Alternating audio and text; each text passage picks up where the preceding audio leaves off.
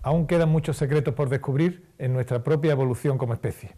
En España se encuentran algunos de los yacimientos más importantes del mundo para conocer nuestros orígenes.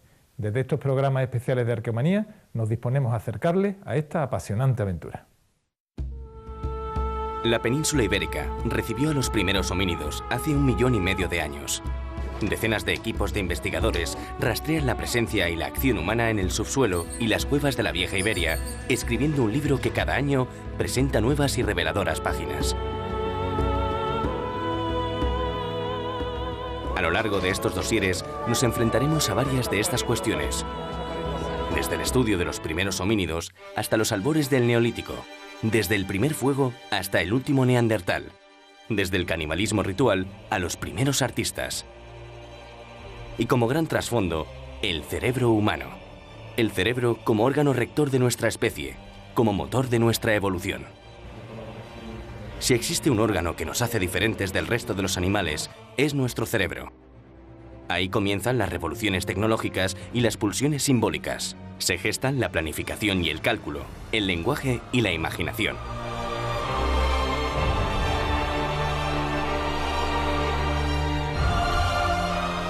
El cerebro no ha parado de cambiar desde que el primer humano fue capaz de ver una herramienta compleja en el interior de un núcleo de piedra. Ahora la humanidad es capaz de viajar al espacio y desentrañar las leyes del universo. ¿Significa eso que seguimos una evolución lineal y constante? Eso no lo sabe nadie. No lo sabe nadie. Lo que sí es muy probable es que el ambiente que estamos creando, es decir, el entorno que creamos, con la técnica y con la ciencia, etcétera, pueda influir en un cambio del cerebro, ¿no? Lo que pasa es que esos cambios son a muy largo plazo. Entonces, a lo mejor nos anticipamos nosotros y lo cambiamos nosotros. Y hacemos un mundo feliz, como Aldous Huxley, ¿no?, el escritor. Ahora bien, el biólogo Stephen Jay Gould, que ha muerto, que era biólogo en Harvard, este dice que la evolución no siempre ha sido hacia lo más complicado. Luego, por tanto, no tenemos por qué asumir que vamos a un superhombre. Podríamos ir a una especie anterior, es decir, el caballo, por ejemplo, se ha quedado empantanado. Hay regresiones dentro de la evolución y, por tanto, nadie puede, sin intervenir, nadie puede asegurar que nosotros vayamos a un cerebro más elaborado. Nadie lo puede asegurar.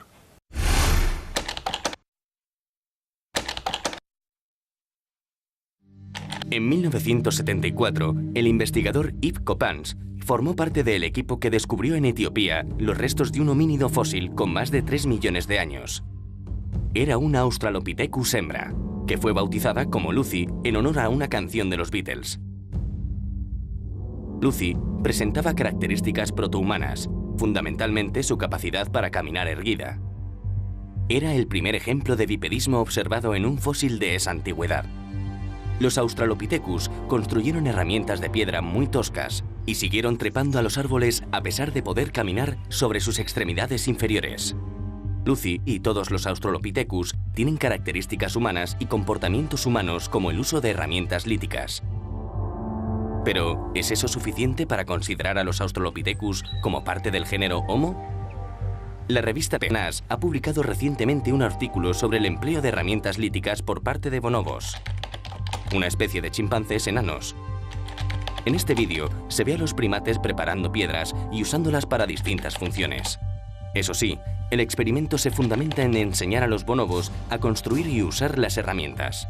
Se trata de un comportamiento adquirido, de una imitación.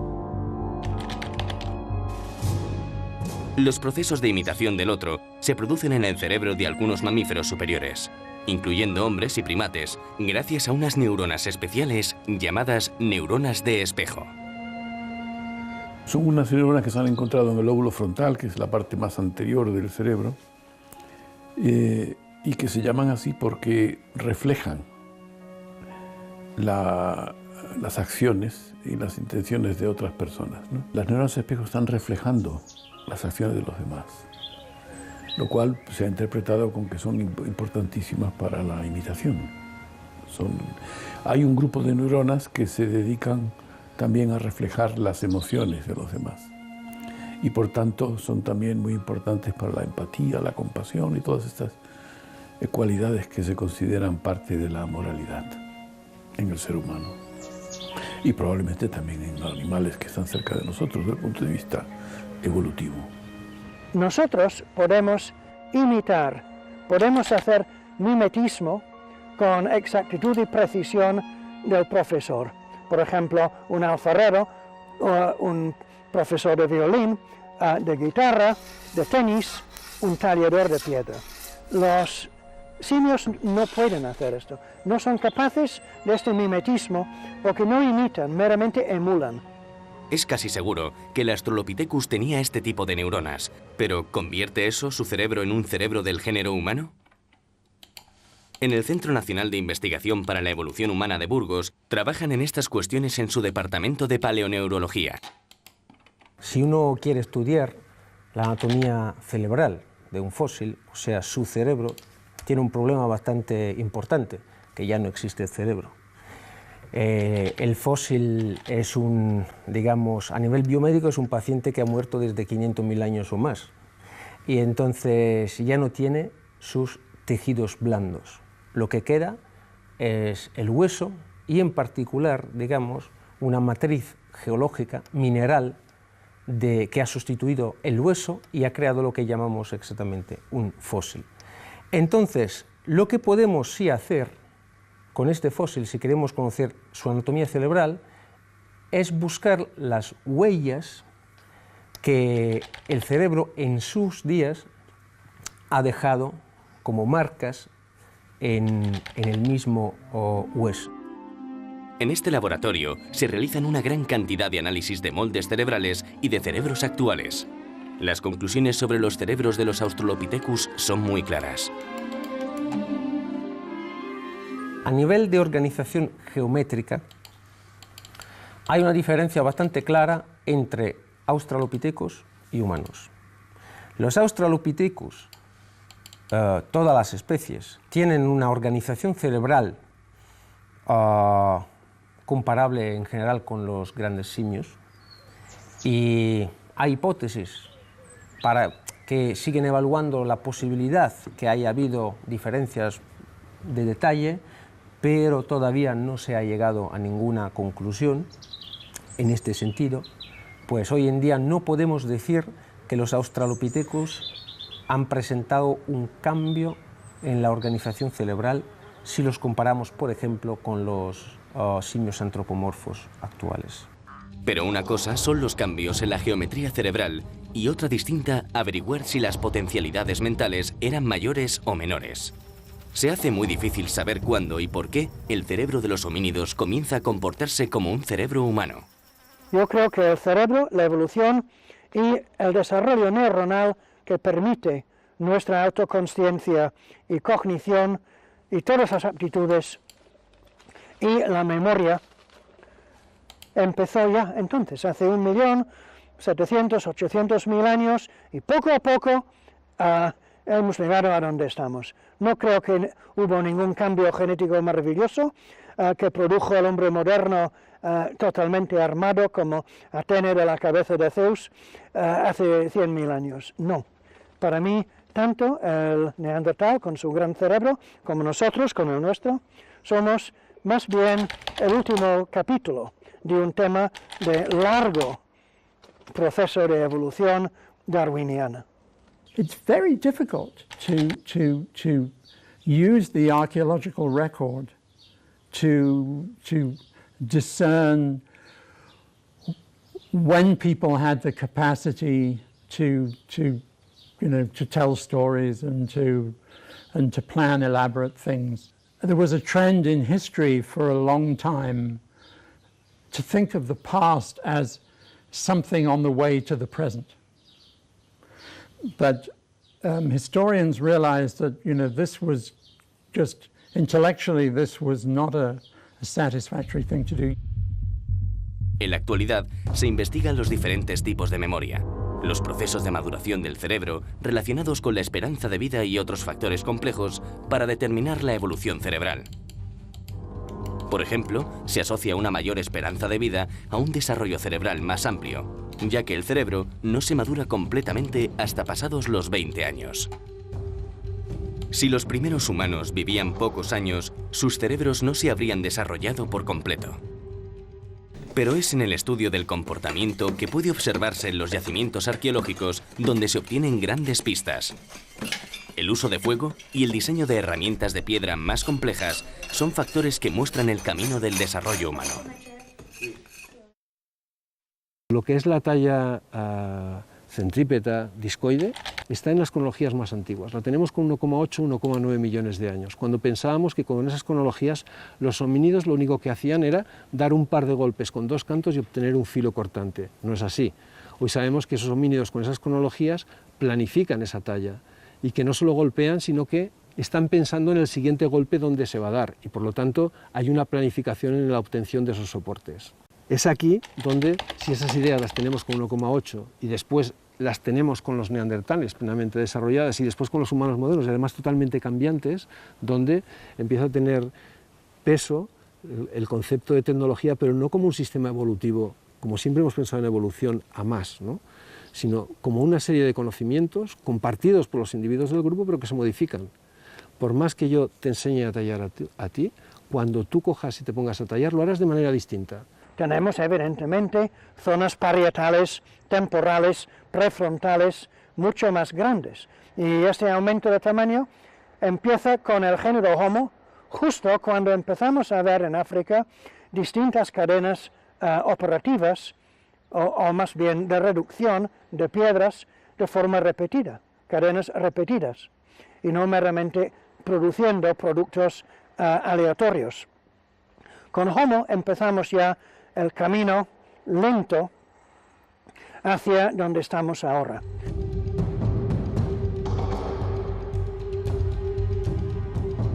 África se considera la cuna de la humanidad. Allí se han localizado la mayor parte de los fósiles de homínidos antiguos. Tras los Australopithecus aparecieron los primeros individuos del género Homo. ¿Por qué? Homo, the genus Homo, was appearing in Africa, in tropical Africa, at the same time as a climatic change. Australopithecus was in association with more humid environment that Homo, and that Homo was appearing at the time of drier environment. La opinión dominante es que estos homínidos abandonaron el continente africano hace unos 2 millones de años, tomando el Oriente Medio como vía de salida para colonizar Eurasia. Tradicionalmente, se había considerado que en Europa la llegada de los homínidos había sido muy tardía. Se pensaba que hasta hace medio millón de años a lo sumo, la especie humana no había colonizado el continente europeo. Pero a comienzos de la década de los 80 del pasado siglo, el descubrimiento del hombre de Orce en Granada trastocó todos los esquemas. Este es el corte 3, el corte más rentable, y apareció al fondo de este corte, allá. Y junto a él aparecieron los dos restos, los dos húmeros, también de homínidos. ¿Sí? En Orce, además de restos humanos, han sido descubiertas industrias líticas con más de 1,3 millones de años. Son herramientas muy primitivas. La presencia temprana en Europa estaba demostrada. Los hallazgos de Dmanisi en Georgia, las industrias líticas de Montpellier en Francia y la presencia humana con más de 1 millón de años en la cima del elefante de Atapuerca vinieron a corroborar lo que se vislumbraba hace unos años. El mapa de la evolución humana se ampliaba y nuevas preguntas se ponían sobre la mesa. ¿Qué tipo de homínido había alcanzado Europa? Rudolfensis or habilis or ergaster, but ergaster is already quite not young, but not too ancient. I should think that the first man in Europe could have been earlier than ergaster. I would say Habilis or Rudolfensis. ¿Cuál fue su ruta de acceso al continente? Early European peopling could have come through the Middle East and some other migrations could have passed through Gibraltar.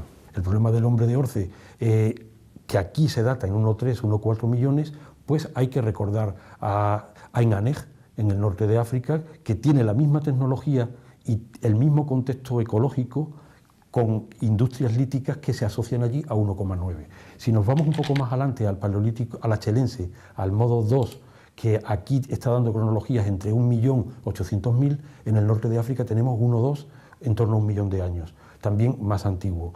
El musteriense, el paleolítico medio, que aquí se consideran que los autores son los neandertales, y en el norte de África, ahora por modas, como son muy frecuentes en prehistoria, se consideran Homo sapiens sapiens, tenemos que en una misma región, si realmente son dos especies, dos grupos humanos hacen el modo de vida similar, porque curiosamente explotan los recursos marinos, tanto los que viven en el norte de África como los que viven aquí.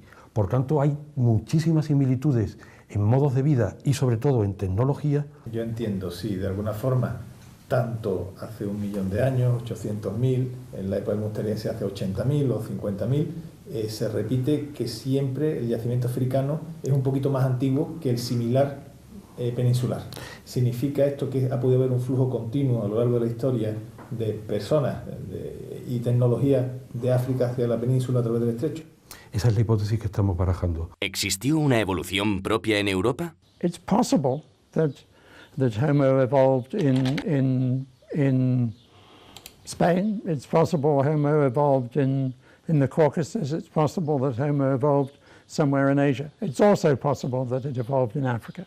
Para mí, la especie que sale de África y la que ya está evolucionando hace 2 millones de años en África y luego sale es la misma especie nuestra humana.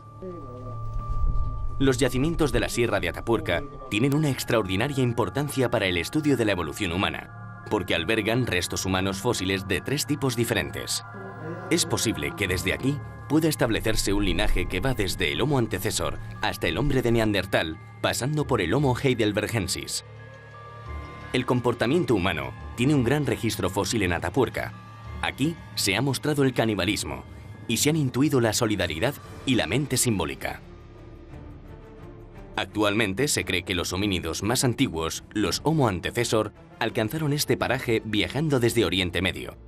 El Homo antecesor sería una tipología de Homo ergaster. Este homínido habría evolucionado hacia el Homo heidelbergensis y el heidelbergensis hacia el neandertal. Hay una serie de homínidos que pueden llamarse genéricamente preneandertales a lo largo del continente euroasiático y África. Tenemos que pensar una cosa, a nivel de especies y de evolución de las especies estamos empezando. Es como si construyéramos un puzzle con 4 piezas. Por eso generamos esas evoluciones de tipo lineal. Hoy día sabemos que es mucho más complejo. Quizá para comprender esta historia completamente sea mejor comenzar por el final.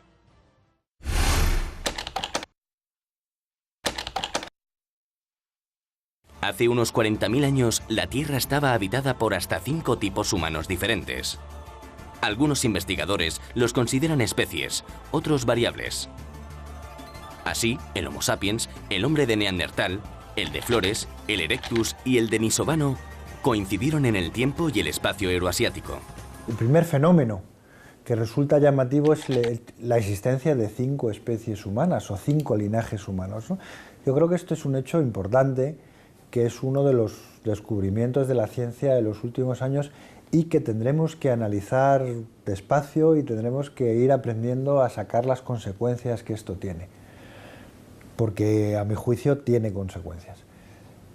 El hecho de que en tan breve espacio de tiempo hayan desaparecido, si éramos 5, 4 y solo quede una, no tiene por qué necesariamente llevarnos a la conclusión de que es la que sobrevive, Sapiens, la que extermina a las demás. Tanta variabilidad abre la posibilidad de una evolución temprana fuera de África. el investigador del CSIC, Antonio Ruiz Bustos, ha planteado una hipótesis evolutiva para la humanidad tras más de 3 décadas de trabajo. El fundamento es un yacimiento con 800.000 años en el norte de la provincia de Granada, en Cúllar. En 1972, Antonio Ruiz Bustos excavó aquí. Aunque ha pasado mucho tiempo, el método empleado fue similar a los actuales. Pronto detectó presencia humana, una actividad que le llamó poderosamente la atención por la precisión que los homínidos habían demostrado en la extracción del cerebro y la médula de los grandes mamíferos. Un shopping tool evolucionado en cuarcita que me aparece allí, Dios mío de mi vida, y que lo miraba y que aquello tenía retoques de percutor duro. Y yo decía, Señor de mi vida, que estamos en 800.000 años, que esto te tienes que ir muy, muy arriba para encontrar un percutor como este. Al principio de ver aquel punzón, que se adaptaba también a mis dedos, vaya, que parecía hecho con unos dedos tan oponibles como los míos, que yo decía, si esto es una cosa, que decía, y bueno, y con esto, ¿qué van a taladrar? Cualquier cosa que vayan a taladrar se va a esta punta. Aquí no hay fuego, aquí no hay carroñeo de ninguna clase. ¿Esto qué es? Hasta que, claro, me di cuenta que en determinados recovecos del hueso tienes que meter y sacar el poco de médula. Bueno, llego a la conclusión que aquella industria era fundamentalmente la base de que aquellos hombres no tenían hambre. Aquellos hombres iban allí a comerse una exquisitez, que eran los trocitos de médula. El nivel de planificación y la destreza para construir herramientas adecuadas para la extracción de médula ósea hizo que Ruiz Bustos pensara que aquellos homínidos eran ya en realidad hombres, que su cerebro era, por así decir, moderno, más humano. Para desarrollar su hipótesis, Ruiz Bustos investigó a fondo y llegó a una conclusión. Hace 1,7 millones de años, aproximadamente, se produjo un drástico cambio climático que afectó fundamentalmente al hemisferio norte.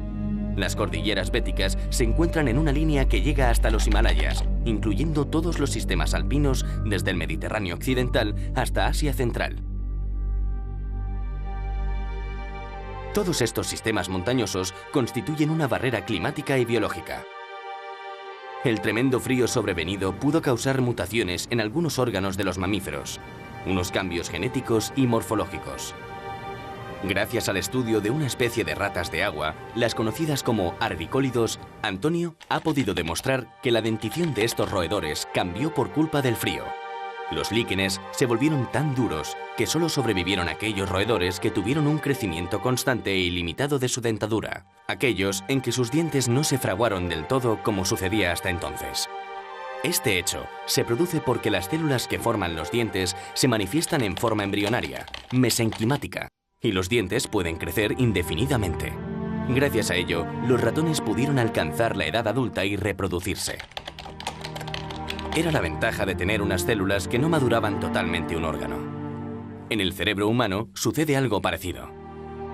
Al nacer, nuestro cerebro tiene todas sus células indiferenciadas, mesenquimáticas. Por eso, los bebés humanos son incapaces de realizar cualquier acción por sí mismos.